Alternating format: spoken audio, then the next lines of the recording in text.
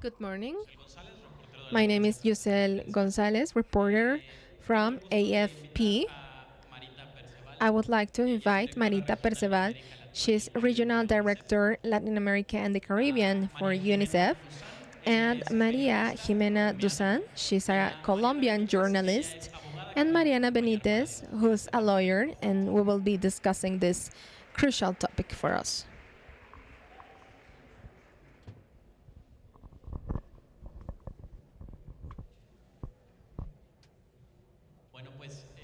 All right. As we already discussed, this is a global topic we need to discuss. And in my career as a journalist, there had been few topics that have shocked me as much as violence against women. A few years ago, I had to cover a feminicide case, and this case shocked me at a personal level because it was about a 4-year-old little girl. She had been murdered, and her body was dumped in the garbage. So these kind of situations that unfortunately are a reality in Mexico and Latin America cannot be happening anymore. We have a strong problem in the region because this is the most aggressive form of violence. Every single day, women suffer violence in one way or another, maybe sexual violence, sexual aggression, etc. So we have a huge problem in the region. So to understand this topic, I would like to ask you, what's the current status in the region, not only about violence against women, but for girls, teenagers, and women? What's the problem in Mexico? What's the current issue or the state of the issue? Well, good morning. We are in Latin America and the Caribbean, and this region is very inequitative in the world. This is a region where we don't have a war conflict, but nevertheless, it's the most violent. Out of 25 countries of the world, this is the region with the highest rate of feminicide. 14 of those are ours in this region. And these are not boring statistics. These are tears that move us. This is a cry for help. This is suffering that cannot be shut down. When we say tackling indifference, because every from two kids, out of two kids, one will suffer violence from their homes. That's not possible. And you, women who are transforming economical development, okay, you have economical development, but if that development or growth doesn't lead to also a cultural transformation, so that we cannot repeat that after Africa, we are the region in the world with the most cases of teen pregnancy. That unwanted pregnant that comes from aggression, from humiliation, from rape, from many things. Because a productive society is a society where women, teenagers, little girls, they live in hell. And that is very sad. And we need to change this and to provide them with a very dignified kind of life. Women experience violence in their space. 1,100,000 kids in Latin America and the Caribbean are victims of sexual violence. These data are not just data. These talk about culture of privilege and inequality, of a stereotype, because males are the dominant part, but also because of reggaeton music gender. because I have some lyrics. Here it says, "Don't tempt me, you like to play, and now it's too late to say no." So this means 7 out of 10 males think that a woman can be raped because she deserves it, because maybe her skirt was too short. So there is no freedom of how to dress. The reggaeton that says, "I don't care if you're a minor or if you're a woman, I want to kiss you and I want to fuck you." Come on, we should be we should have the same rights. But nowadays, being born as a girl is a curse. So today we have the energy to transform in a economical and society level and to tackle this cause. At UNICEF, that's our goal. Not because you're a little girl. You have to suffer feminicide and to have that destiny, that faith. Because every 3 minutes, a kid is dying because of something that could be preventable in Latin America. In Mexico, we have nine women that are being murdered just because they're women.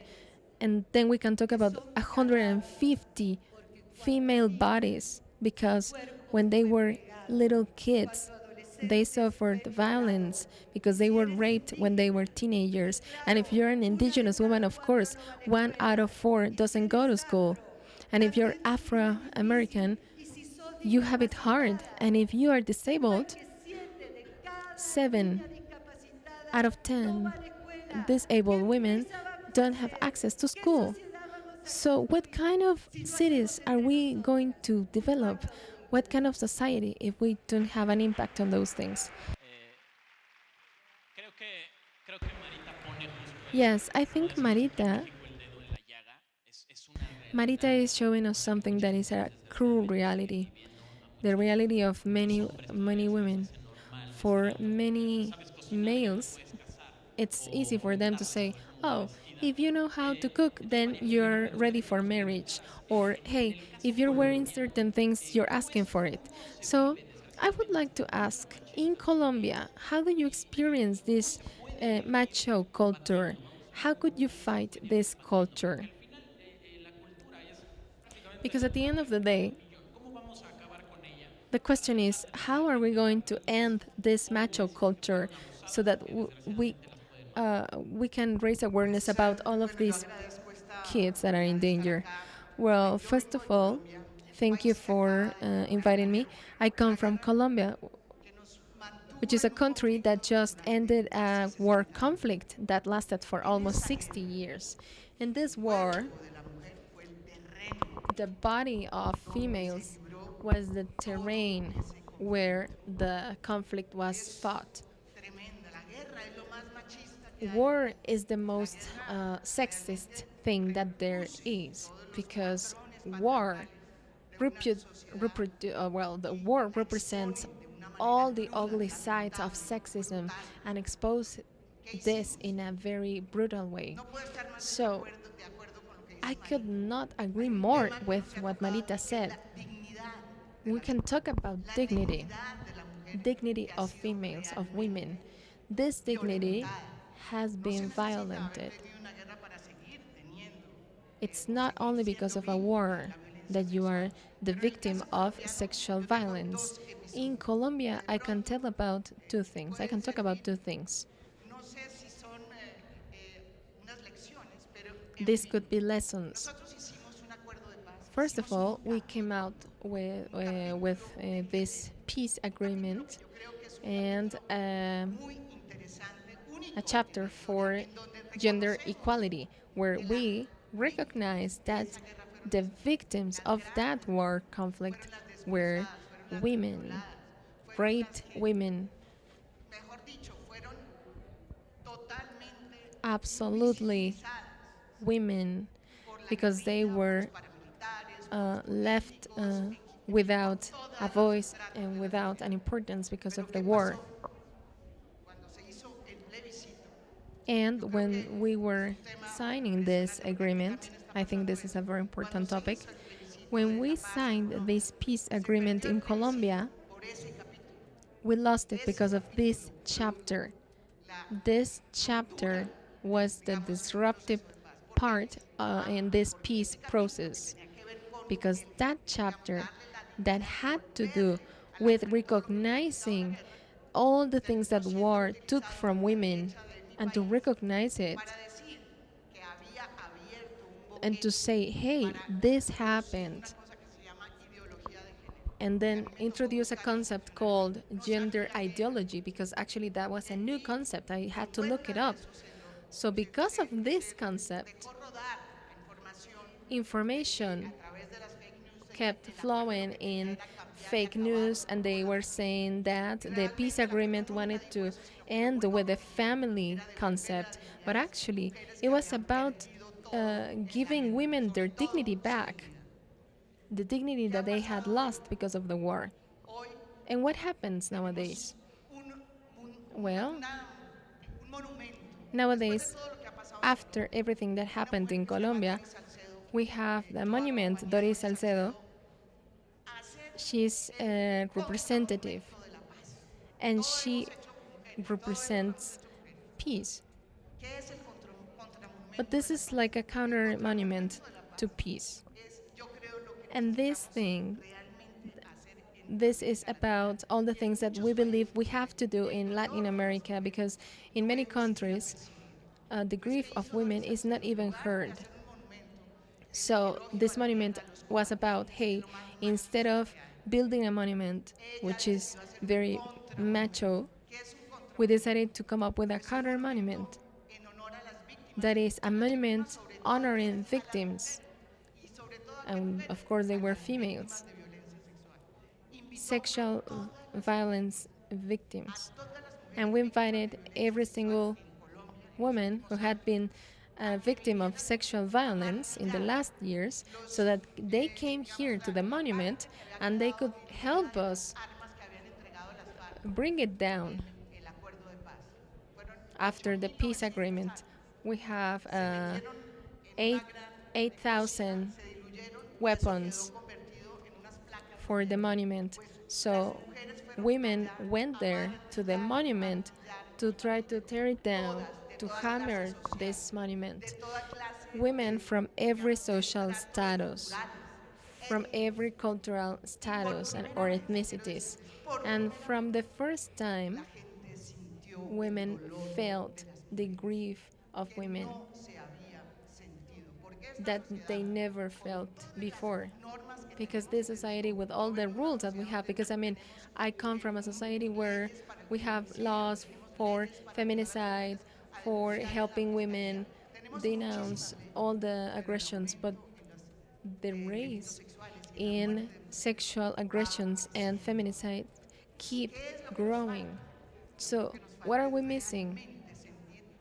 We need to feel empathy. We need to be empathetic with what's happening to our fellow women. When a woman suffers violence, it's because the society is not paying attention to women's dignity. So I think the exercise that we did with the monument was to start or to open a new chapter. That, in my opinion, was the first time that we started walking towards the right path, where we recognized the importance of women and to hear about women's dignity and to understand. So I think that we achieved that in these two experiences that I already told you about. Okay, Maria, then I want to keep some very important words of what you just mentioned: dignity, empathy, to actually understand the woman's pain. And these words resound because whenever you probably remember when the Me Too movement happened in Mexico, unfortunately, there was a lack of empathy actually. I saw attacks, I saw the whole different thing. And it seems like even the system itself, the sexist system, allows it. Many ladies said, well, I come here because if I go to the prosecutor's office and I complain, then I'm going to be called a prostitute. So, Mariana, this can lead us to talk about how has been the legal system in this matter, where to give them justice, where are the challenges, and what can be changed so that for a woman that actually suffered a harassment or was a victim, they can go to the authority and she can actually feel that they can do something to protect her.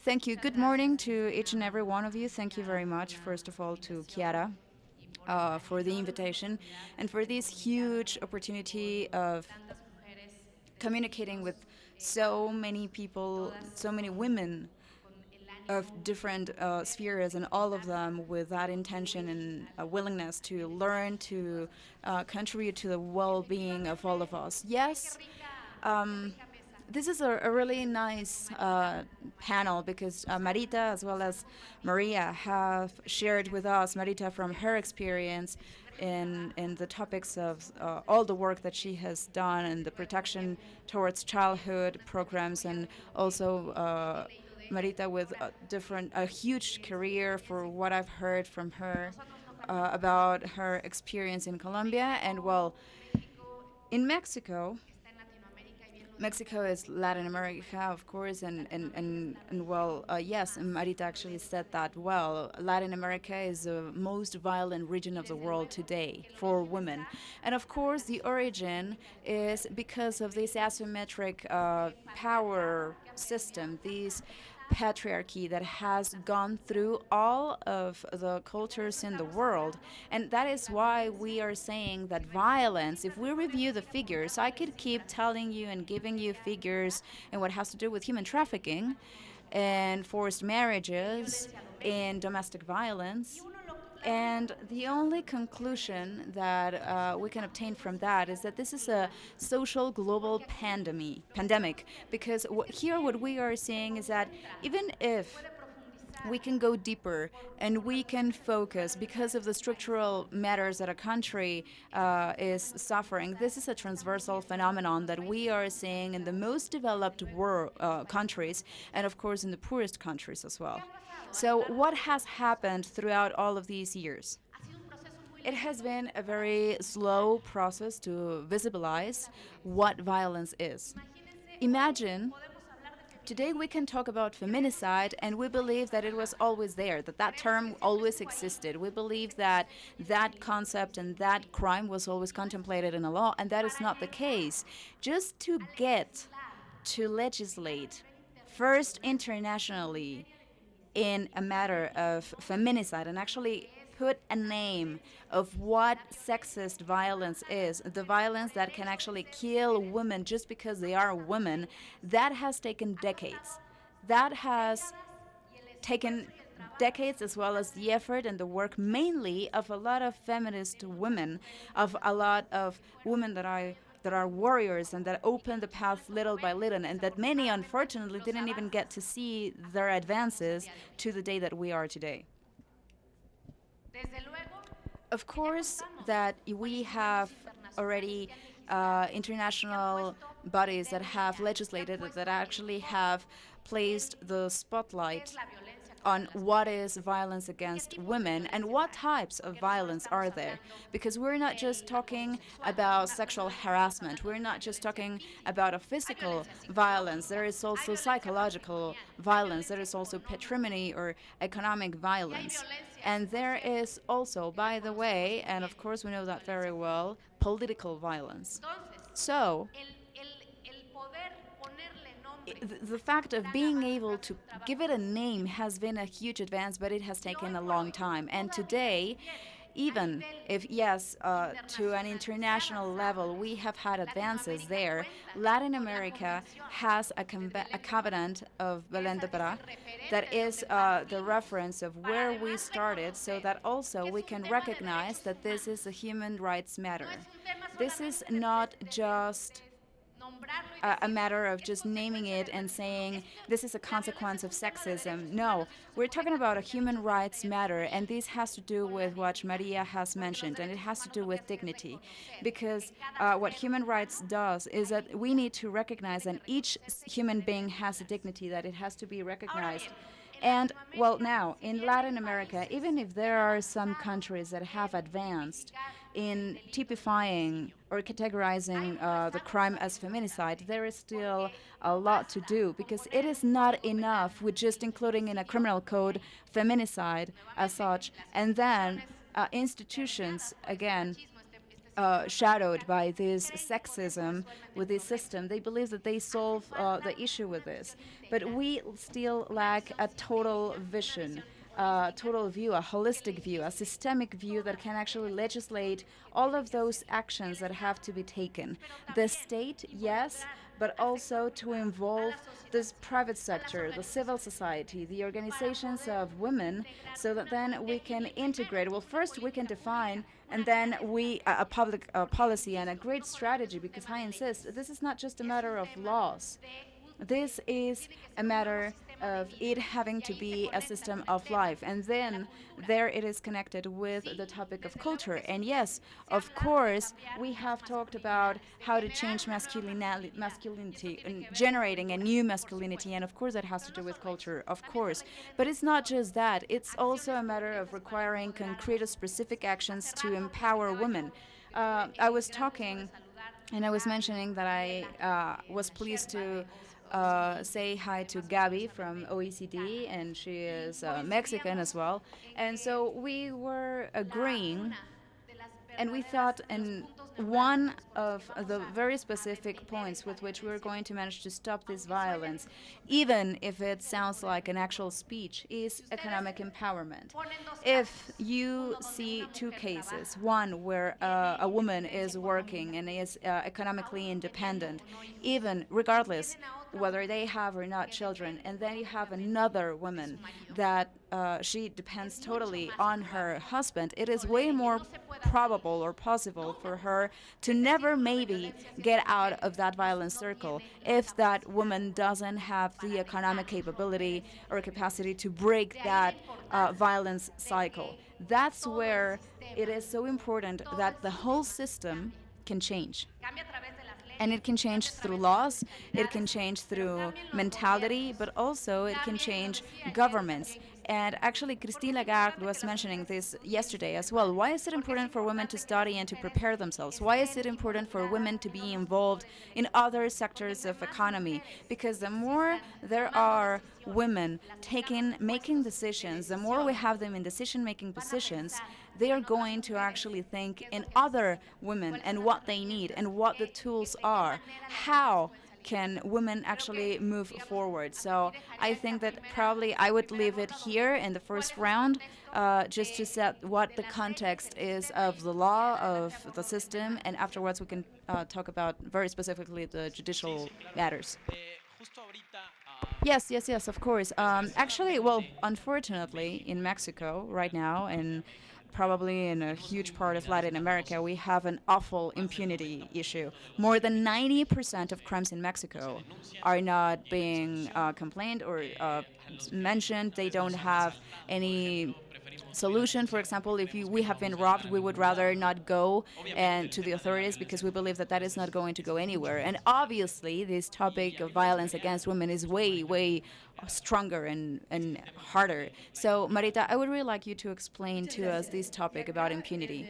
Thank you very much. And actually, well, here in the Women's Forum, women, men as well, but women that work to produce wealth, to have wellness, to create prosperity, we have learned as women that we cannot do that with a production that is not sustainable, because if our production is not sustainable, then it won't take longer where there is also no planet left where we can have our companies or customers that can actually buy our products or consume them or acquire our services. So we have learned We have claimed that the corruption has to go to an end, because corruption to you entrepreneurs, ladies, that won't allow you to grow in your businesses, and it would not allow the society to be more wealthy. A corrupted society, a corrupted system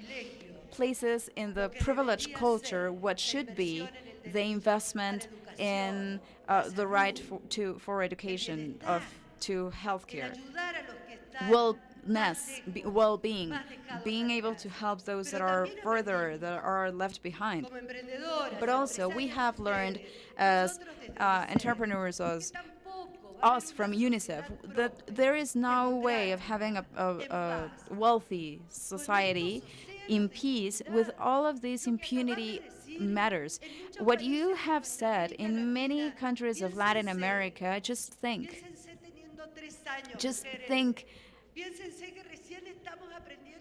that we are barely given the first steps, and it's as if you're 3 years old, and we go with our mom or our grandmother, and we go to a trial, and we say, I was raped. I was raped by the one that lives in my house. My dad raped me, my stepdad, my uncle, my brother, my grandfather. And that the answer that we get in our countries in Latin America is that, well, that girl of three, that 3 year old girls, that is each one of you, only 5% are heard. And then she's told, okay, we will see. This thing of girls and boys that live in a fantasy world, we'll see if it's actually real, even if you have blood in your knees and tears in your eyes, in the eyes of the lady that is actually taking you to the authorities. And what happens when we get there? Think that you are 9 years old now. Think that you are 9 years old and you are pregnant, and it was a product of a rape, being an immigrant child from Latin America, whether it's in South or Central America. And that you are told, well, just sit down there. Just 1% of these complaints actually are going to get to a ruling and a conviction. Just wait. Just sit down and wait. And then justice never actually gets there. And thus, never do they receive a restorage of that damage. But it's not just to you, to you that you're a 9-year-old girl, but also it doesn't go to the society. That is why from UNICEF we ask you, and we are actually working with a legal system, we are empowering children, girls, teenagers, so that they can be exercising their rights, so that the legal system is not a space of impunity and of indifference. And so we really want you to help us, because if girls are not going to be heard, neither will you are going to be able to be heard, and you will be growing children that instead of trusting or having confidence in the authority, they're going to be just in poverty, thinking about how excluded they are from a society that is not paying attention to them in a notion of impunity.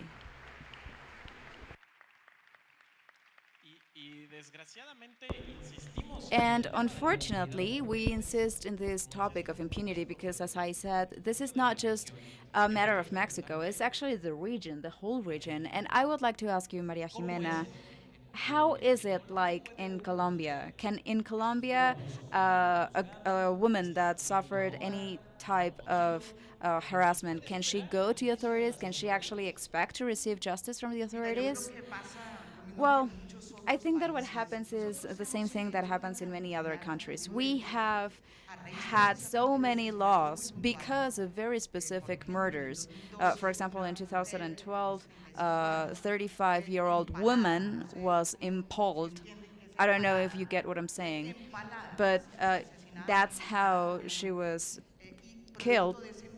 And after that, we actually had a huge protest, and that is why we came with a law that in a way protects them so that they can go to the prosecutor's office, and for the first time they can actually sit down calmly and say, okay, I was raped, and then not having to act as if they were the ones that are guilty because they opened their legs or because I don't know, they showed their breasts or because that's what the prosecutor thought.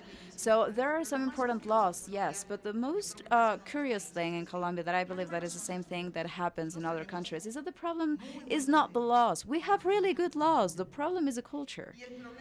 And the problem is Maluma, a singer.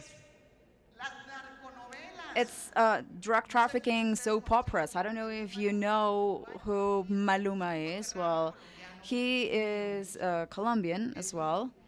He's a singer, and his genre is reggaeton, and this is all the time denigrating women's dignity. That is exactly the same thing that the drug trafficking soap operas do, and that was born in Colombia, and apparently here it's increasing as well. So I'm just going to give you an example from Maluma. So what he says, it says Maluma baby, mommy, because that's how he speaks.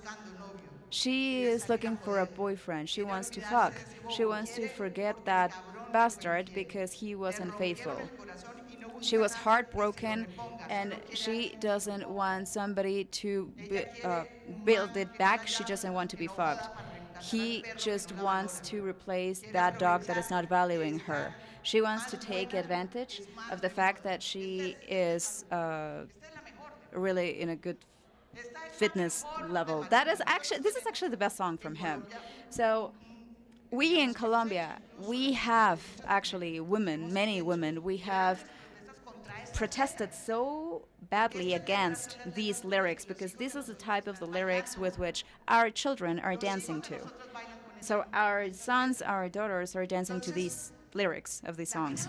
So the big question is, what do we do with the laws that we have on the one hand and still the culture is not changing? The culture, for example, of the drug traffic and soap operas, I can tell you for us, that has been the foundation of a reinforcement of all the patriarchal values, all that we had advanced anywhere looking for new laws, etc., suddenly was totally destroyed by these type of shows. These huge soap operas where all of women need to have like a very specific aesthetics, of course having done the surgeries that they want and not being anything else, just as Maluma says, so that they can fuck them.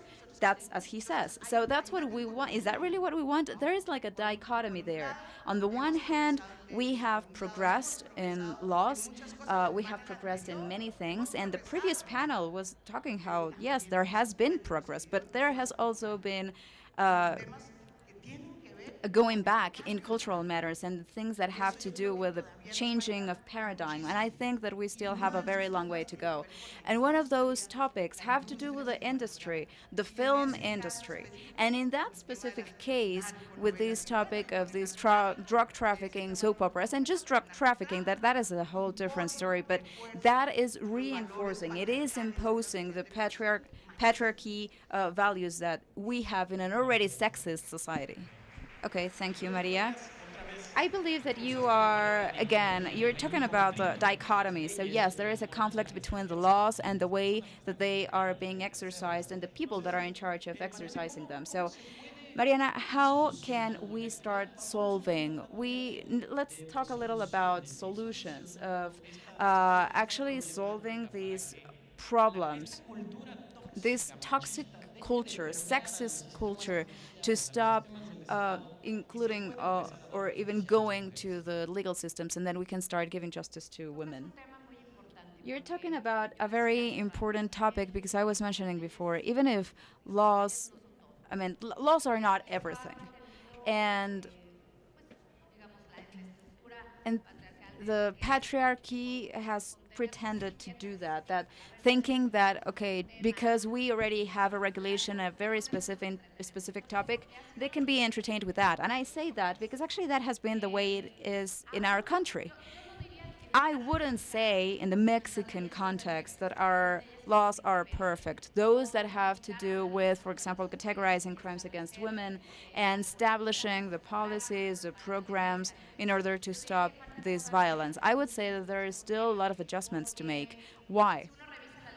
Because if you review the whole legislation, the civil, the criminal legislation, what we can see is that they're very vague, vaguely written, and we actually are fighting to approve a general reform, and that means that it's going to be homologated in all states to just typify feminicide, and we haven't been able to do that. And I was a legislator, and we couldn't approve it.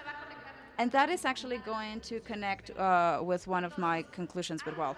So there is still a long way to go in a matter of improving our legislation, that it can actually identify what are those behaviors that have to be sanctioned, because it starts from there, and impunity starts from there. That's what it goes from a vague law that is totally useless to victims, so that then they can go and demand justice. The second thing, and this is something that Mexico has worked on and we still haven't managed to have an adequate level in, and that is in taking criminal justice also in other types of laws, but in this very specific case, the criminal law, the one that is going to sanction those crimes against women, to actually have that gender perspective in investigations. I am a lawyer, and actually, some time ago, when I actually litigated, I had to take some women to file a complaint. And since then, and it's still the same logic, the very first question when she gets there and she says, "Well, my husband bit me, he violated me, he raped me," the first question that the prosecutor makes is, "What did you do to him then?" Just think that that is the very first interaction from the authority with a woman. What did you do? Well, look at you. Look how you're dressed. Who told you to go to the streets without your husband? So even from that point, it goes. So that is why if we read the figures, the violented women, they don't go in the first place to the authorities. They go to their families. And what do you think? Well, this same cycle happens again of impunity, because the family as well, in many occasions, they say, "Well, she's your husband. You should better go back to your home, to your house, and be good, or take care after him." So going back to the judicial or legal system, we still have a long way to go, so that we can improve investigations and so that we can train the staff so that they can have a very different perspective, a gender perspective, and they can do their investigations. There are protocols, yes. Have we advanced in the training? We have insisted in training the staff that is investigating crimes against women, but that is not enough. We have advanced a lot at a federal level, and still there are not really big results. Our figure of impunity in Mexico goes beyond 99%. So that is a huge topic. This is a huge challenge, and unfortunately, what I am seeing in this, and well, in a broader aspect of fighting against insecurity, is that we are going towards the reactive measures of police, and it has always been my insistence in all the forums that I go to, the justice, procuration of justice.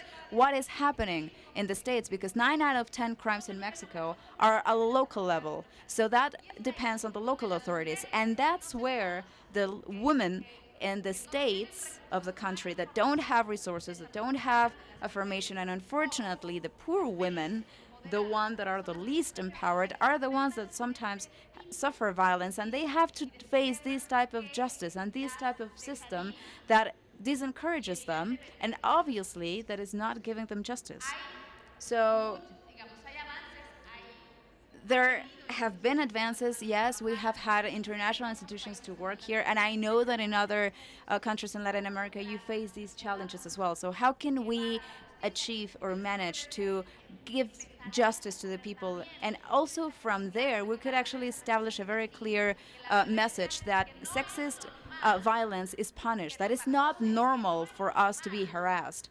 That it is not normal for us to have violence in schools. That it is just not normal that we are having to face violence when we want to do politics. So that is a challenge that I perceive in Latin America constantly, and that I believe that yes, it definitely requires to make a huge effort, and it requires also to have leadership from the institutions, yes, but also a leadership that can go from the bottom, from the women's network. I'm going to give you a case, and well, you have to know. Mexico has advanced, and Mexico has almost like a have and have uh, participation in the federal Congress. That is that we are almost have in the Senate and in the chamber. And actually, today we are in the middle of reform that is going to be such an advantage, and that is because of women. That is because of women of all the parties that have pushed to take this parity to the municipal level. That's where the most resistance we can see in the cabinets from the federal, state, and municipality level.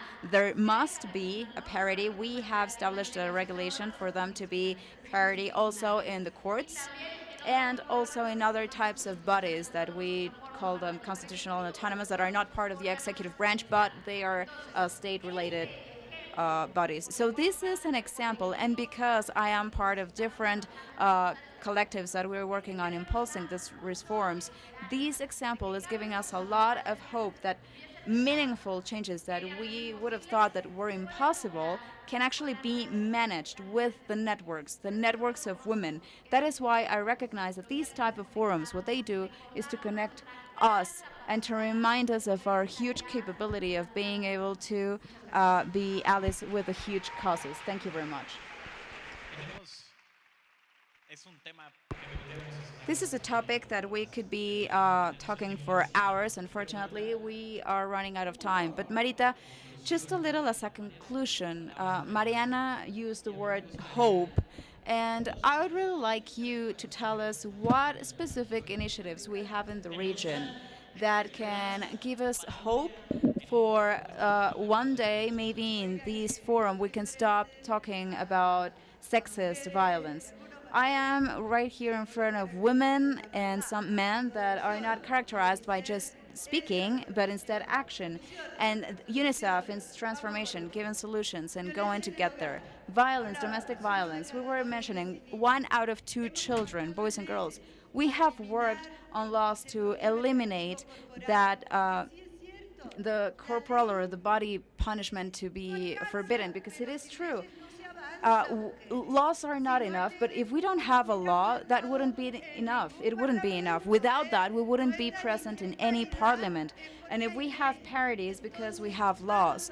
So we need to go to eliminate that body punishment solution.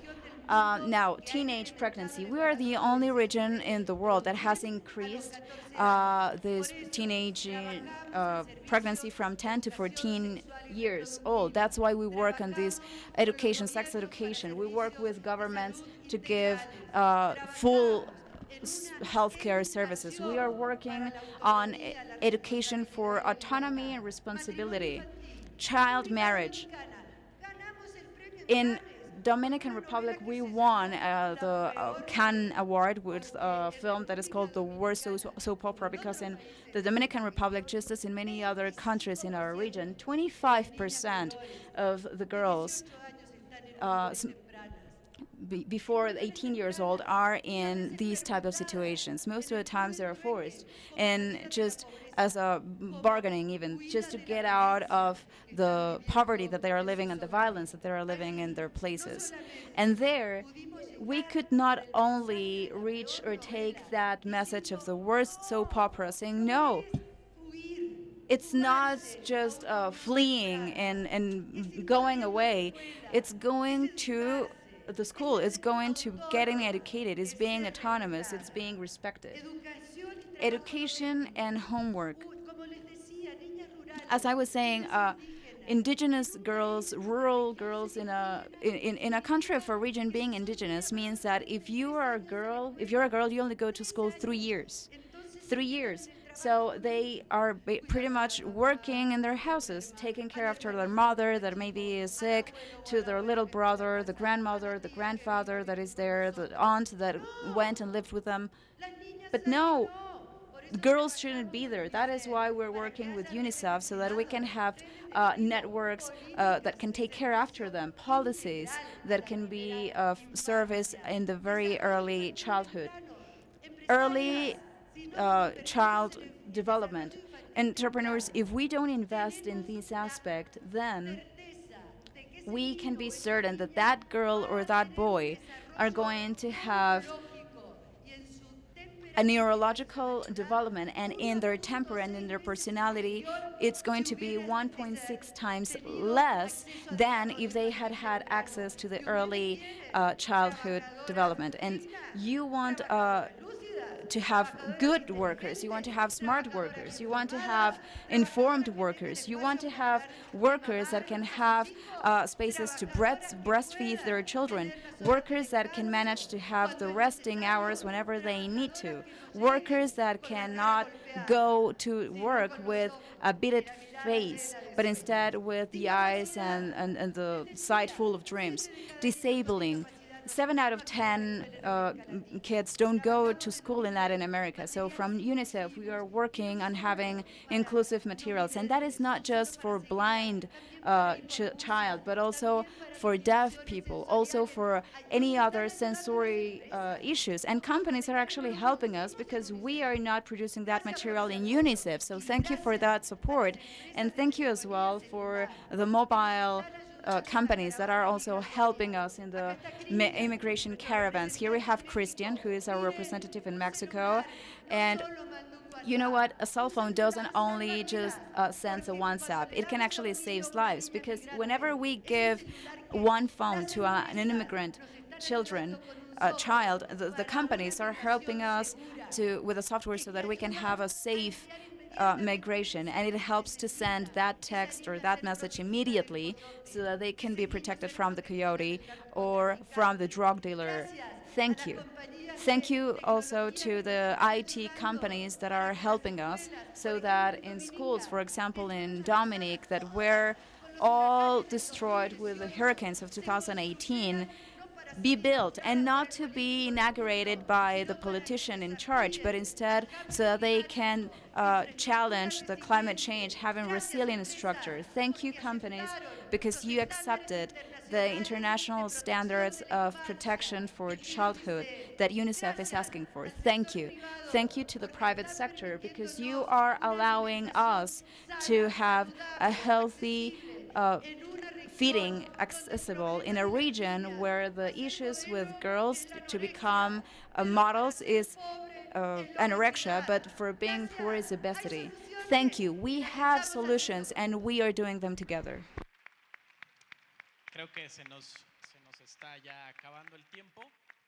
I think we're running out of time.